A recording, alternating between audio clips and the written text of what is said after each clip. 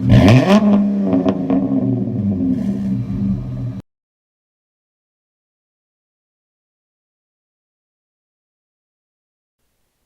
guys, so in today's video we're doing something a little bit different, this time showcasing a Dodge Magnum to Chrysler 300 Wagon conversion and showing all the steps of how this car was built. The owner is Jeff, also known as bagged_2007 on Instagram, so make sure to follow him there. I have to say a huge thanks to Jeff for sending me his detailed modifications list and the process that it took to go from a stock Magnum to a wild looking 300 Wagon. If you weren't aware, Chrysler did make a 300-seat touring model between 2005 to 2010, which was available overseas in Europe, Australia, and Japan, and part of this build was doing that full 300 touring wagon conversion. The reason I'm making this video is that I think it's awesome to see how much love some car owners put into their cars, and it's amazing to see the time and effort it takes for a car like this to become built, and all the steps it takes. Plus, you might get a mod idea or two. In my opinion, this is definitely car goals for a lot of people. So let's get into it. This car started out as a daily driver, a 2007 Dodge Magnum SXT.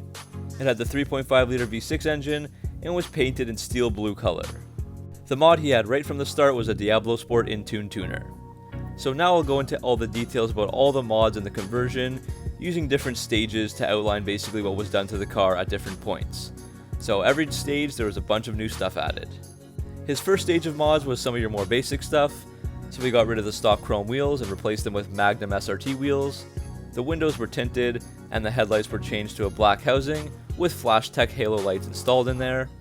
A true fiber ram air hood was added to change up the front end, and underneath that hood, an LMI cold air intake and billet technology catch can were installed. And the car got lowered with Ibex Sportline lowering springs. Stage 2 was to add airbag suspension.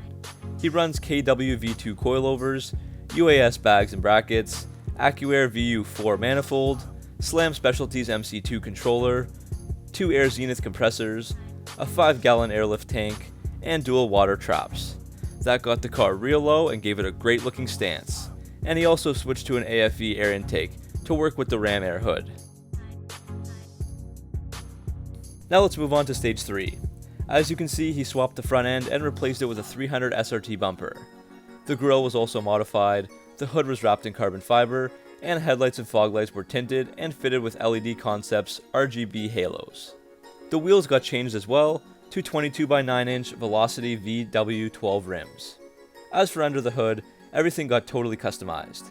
There was a true fiber carbon fiber radiator shroud, ABS cover, carbon fiber fuse box cover, strut bar, painted coolant reservoir, and billet technology oil dipstick handle and washer fluid cap. The firewall, or the part of the car that separates the engine bay from the engine, was also covered up by a design. Next up is stage 4, where the car became converted more and more into the 300 touring model. Many regular parts of the car were swapped out and replaced with 300 stuff. So there were 300 SRT door panels, 300 SRT steering wheel, SRT pedal covers, the 300 dash with the SRT gauges, navigation radio, and 300 floor mats. There were many other small details paid attention to as well. He added billet technology lumber handle covers, a custom Papa John ebony and aluminum shifter, and a custom aluminum switch panel. The seats also had Clatzio black perforated leather seat covers added. And he even added steering wheel controls and home link. There were many exterior mods done as well to transform the look. The wheels were changed again to USW 22x9 Mach 5, a 3G custom splitter was added, and the hood was swapped out for a true fiber carbon fiber Challenger style hood.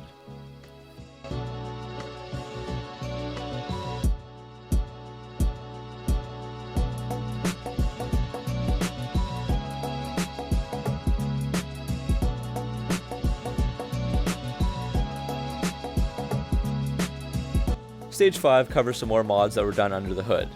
A carbon fiber throttle body cover was added, made by Carbon Fiber Creations. There were 6-speed dress bolts, a carbon fiber engine cover, and a killer glass upper radiator hose.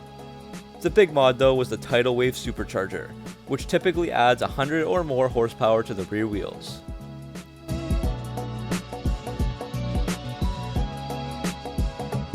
Stage 6 adds some other visual mods too. The rear windshield wiper was deleted and LED taillights were added. He also added a dual exhaust with resonator delete, And the final part of the 300 touring conversion was completed as well, with a bumper off of a 300 wagon, imported all the way from Europe. As you can see from the pictures, it really is a phenomenal build.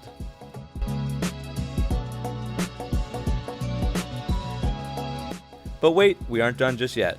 Stage 7 groups together all the other small mods done to the car that I haven't mentioned yet. So shown on screen are a list of all those other things. Everything you can think of, from slotted and drilled rotors, painted calipers, interior LED lighting, to the grille badge. There's also more under the hood, like Inertia Motorsports V1.2 cams, ported heads, and JBA headers. Inside the car there are air pressure and boost gauges, and headrest monitors, amongst other things.